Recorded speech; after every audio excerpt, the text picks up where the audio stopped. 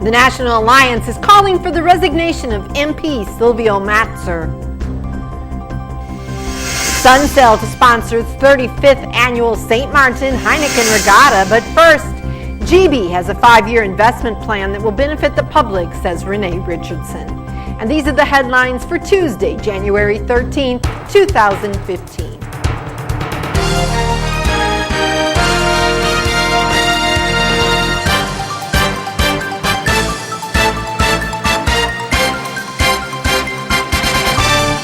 I'm Sharon Freiberg for AVS News, and now for the details. President of the Board and Chief Operating Officer of the Water and Electricity Company, NVGEBE, Romelio Maduro, and the Chairman of the Supervisory Board of Directors, Renee Richardson, were guests on Oral Gibbs' talk show on Monday, and they were to bring clarity to various statements that are being made in the media regarding the reduction of our utility bills, seeing that the price of crude oil has dropped. And during the interview, Renee Richardson informed that renewable energy, which will benefit the public of St. Martin, is part of GB's 5-year investment plan. Well, in the case of GB, we have the president of the board, who at this moment is Chief Operating Officer. This is Mr. Maduro. Mr. Maduro, you have another gentleman who just took on as a CFO, Chief Financial Officer, and there's a space also now for Chief Executive Officer. Those are the 3 people that are supposed to run the company. Okay. The Chief Executive Officer, we are in the process of trying to get someone for that position, but we didn't finalize that as yet, but we're going to have a solution for that within short, because we, as Mr. Maduro mentioned, we have a 5-year investment plan, and that plan is very important for the price of the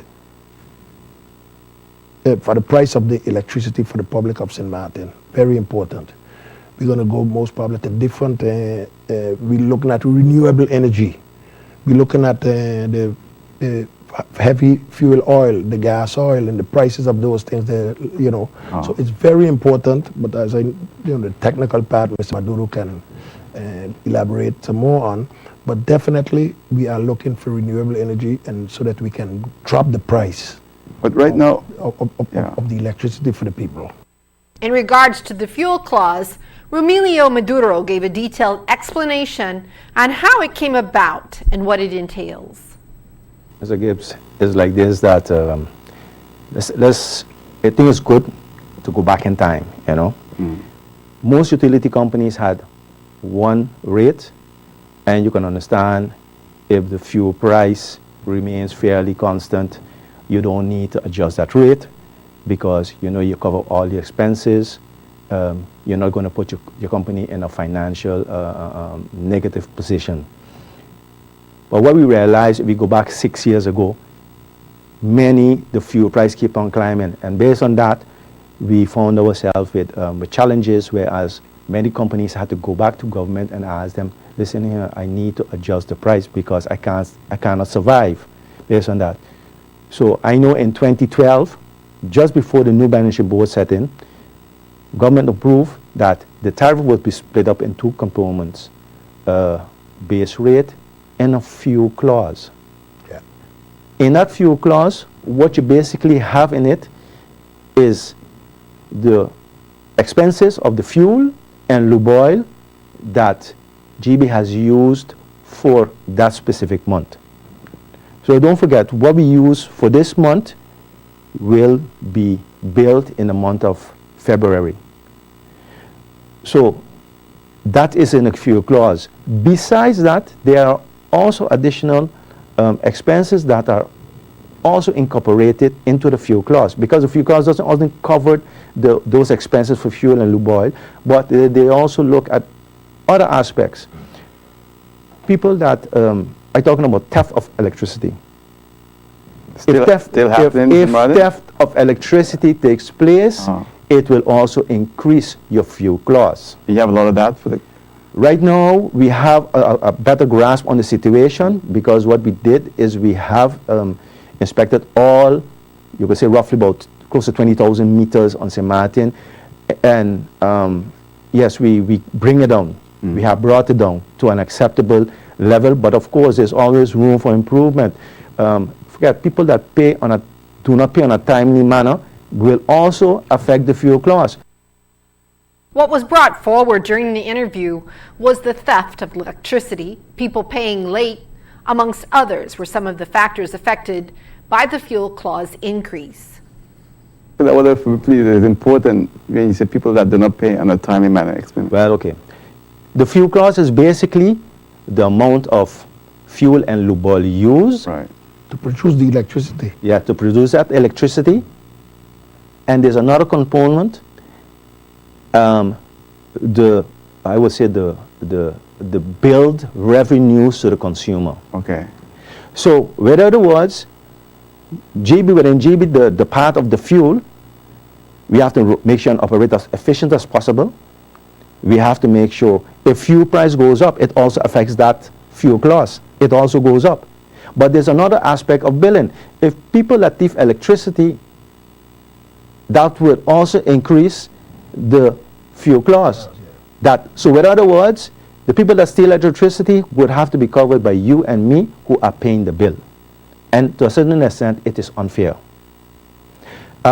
You have, for instance, also people that do not pay the bill, or people who have, for instance, a payment plan. It also affects that.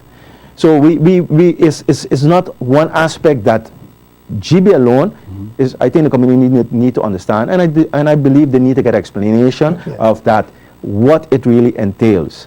So you're saying that it also involves people that are paying late or have payment plans with GB. All of this affects the fuel clause. Correct. Yeah. Correct. Because maybe I can simply put, Mr. Maduro explained it very well, but you have what you call the counter and the denominator. The counter is the fuel and the lube oil. And the expenses, of course, GB has production costs, of course, personnel expense, everything in there to produce the electricity. That's the end product. Now you got, it's in relationship also to the denominator, as we say in Dutch, number. That would be the total revenues billed to the people. And if you bill revenues and what we say the net sales, and you do not get the money for it, or if you can only bill a certain amount because of theft, it influences the fuel clause. And I must say, although of course not in my, to my liking neither, the fuel clause in GB has dropped in the past 4 or 5 months, but dropped very, with about 6 cents. It has dropped in the last 4 months. For the month this month, I've seen it drop both. It's really low. It's really low. It is dropped, and it will drop more again. I mean, people will see this program. They'll say, "Oh, here they come with promises again." But again, as Mr. Maduro explained, what you pay for next month, what you use for this month, is billed to you next month. Managing Director of St. Martin Cable, Beulah Jonas, announced via a press release on Monday that G4 channel, once aired on channel 284 of the Solid Gold package, went off the air during the month of December and has now been replaced with Gone Viral TV. Gone Viral, originally launched in June of 2011, is a television network that features the most popular viral internet videos, which have previously aired on YouTube, and news headlines from around the world. Customers are encouraged to visit St. Martin Cable TV's Facebook page and the new website for additional information and other pertinent facts. And coming up next, GB Chief Operating Officer explains challenges with the fuel supplier. We'll have that story when we return. Be sure to stay with us.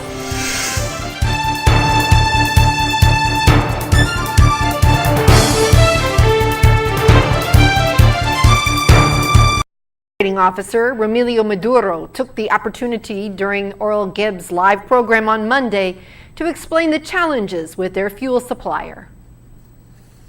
The contract that we have with Sol is based on the lowest Caribbean portion. Now, if I go to the Eastern Caribbean portion, we are here in the Caribbean, and we work with the Eastern Caribbean portion. There are different postings. They have Platts, they have Eastern Caribbean portion, they have Gulf, you have postings in Europe. But here, you got to focus on the Eastern Caribbean posting. The Eastern Caribbean posting, it consisted of Petrotrin, that is the posting from the refinery from Trinidad. You had Shell West. You had before, you also had Texaco, and I believe you had other posters in that. The agreement, so that means to say, if and when they bought fuel from any one of the others, the contract would stipulate you have to focus on the lowest Caribbean portion. So any one of those 4 or 5 that had the lowest price, we got it at that price. Guess what? Texaco is not there anymore. Yeah. Shell is not there anymore. The only one that remain is Petrotrin. Yeah. So you're buying from one person? So basically, I have one posting.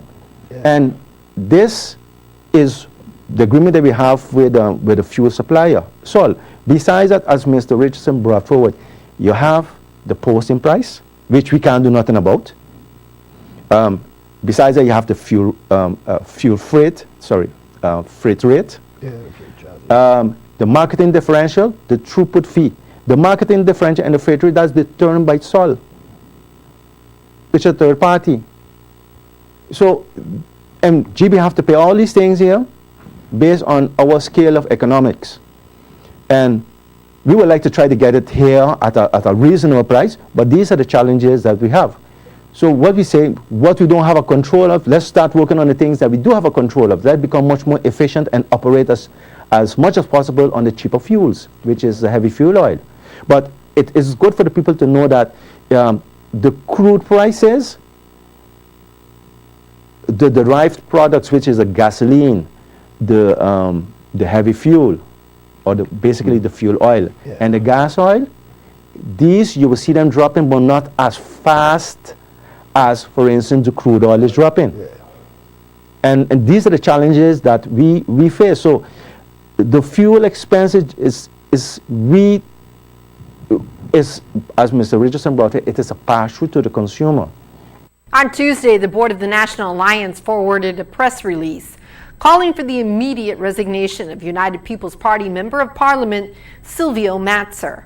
The National Alliance Board is of the opinion that in light of the verdict that has been handed down to MP Matzer by the court on Wednesday, January 7th of this year, to 2 years for tax evasion, that the honorable thing to do would be to step down and relinquish his seat to the people of St. Martin.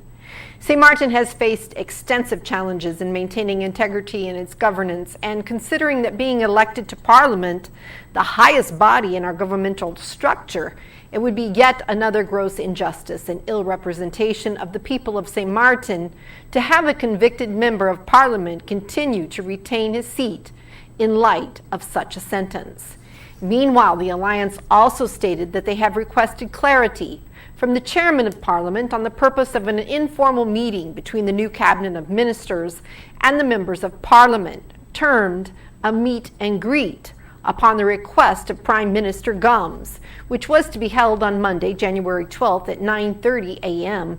at the Parliament building and subsequently postponed. Seeing the fact that the new cabinet is incomplete and that all current members are known to us, the National Alliance faction in Parliament would like to know the reason for this informal meeting. We are not interested in a meeting without substance. We are, as are the people of St. Martin, whom we wholly represent, looking forward with keen interest to a presentation of the long-awaited governing program for 2014 to 2018, with a clear explanation of the short and long-term strategic goals and objectives, with clear connection to the proposed budget of 2015 and future budgets. Now feel free to read more of these press releases by going to our website. That's www.avsnewsonline.com. And the world's largest sailing holiday company will once again be one of the important sponsors of the 35th annual St. Martin Heineken Regatta. The yacht charter company will be partnering with the St. Martin Yacht Club Regatta Foundation again to support the yearly event, which brings many visitors to the island on a yearly basis. As part of the sponsorship agreement, Sunsail will make 3 catamarans available during the upcoming regatta to be used as committee boats, making the starts and finishes possible, said a release on Tuesday. And let's turn now to our weather forecast. Brisk winds associated with the prevailing Atlantic high pressure ridge will continue to push pockets of moisture across the region. Consequently, occasional cloudy periods with passing showers can be expected across the local area. Sea conditions are rough, with swells peaking near 10 feet. A small craft advisory remains in effect for St. Martin. Small craft operators and sea bathers should continue to exercise extreme caution. And this is a look at our 3-day forecast. Up next, we cannot take our peaceful and prosperous condition for granted, says Governor Holliday. We'll have that story when we come back.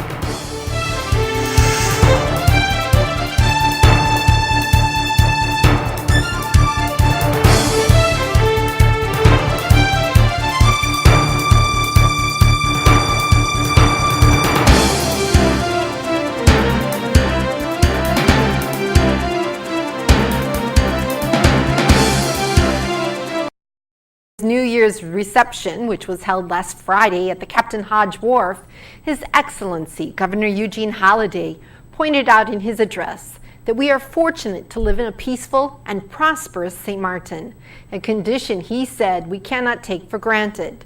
With our good fortune comes the major civic responsibility of all of us to act as good stewards to continue perfecting the quality of life in our sweet St. Martin land. And in doing so, continue to strive to realize the most optimal well-being for all inhabitants of St. Martin. It is with the knowledge of and appreciation for their valued civic service in 2014 that we can look to 2015 with hope for new opportunities.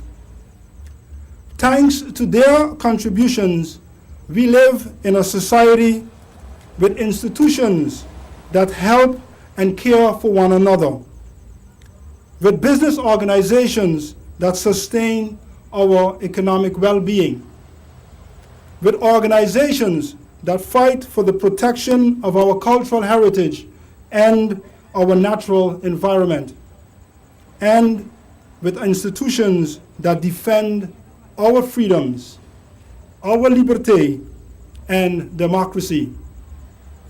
In short, we are fortunate to live in a peaceful and prosperous St. Martin, a condition we cannot and must not take for granted. With our good fortune, thus comes the major civic responsibility of all of us to act as good stewards to continue perfecting the quality of life in our sweet St. Martin land.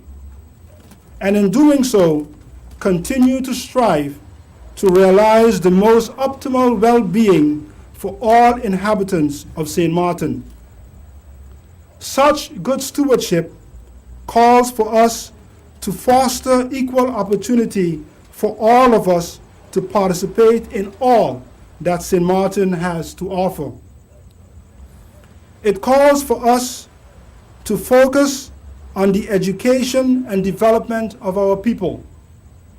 It calls for us to focus on providing employment and fair wages for all.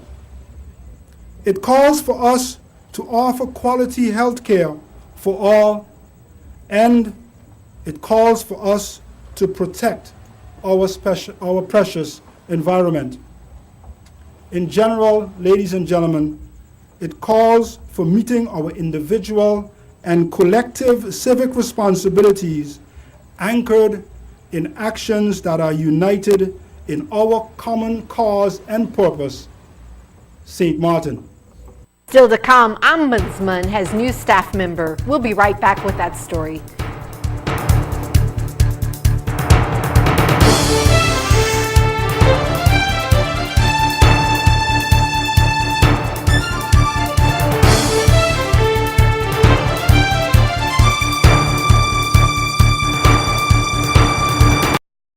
On the 1st of November 2014, new complaint officer in the person of Carmencita P. Lamar has joined the staff of the Ombudsman. Ms. Lamar is a former student of the St. Martin Academy, where she completed her studies in 1998. She left for the Netherlands in 1999, where she studied in marketing, law, and implementation and change management. And during the course of her studies, she began working at the Central Processing Unit of the Public Prosecution Services in Utrecht, where she worked until returning home to St. Martin in July of 2014. And this has been the newscast for Tuesday, January 13, 2015. I'm Sharon Freiberg. Thank you for joining us, and we'll see you back here again tomorrow.